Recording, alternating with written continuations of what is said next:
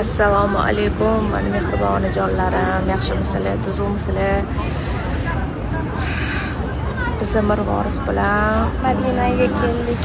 maza qilib nafil namozlarni o'qib o'tiribmiz.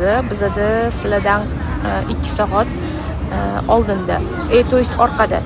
Bizda soat 10 dan oshdi.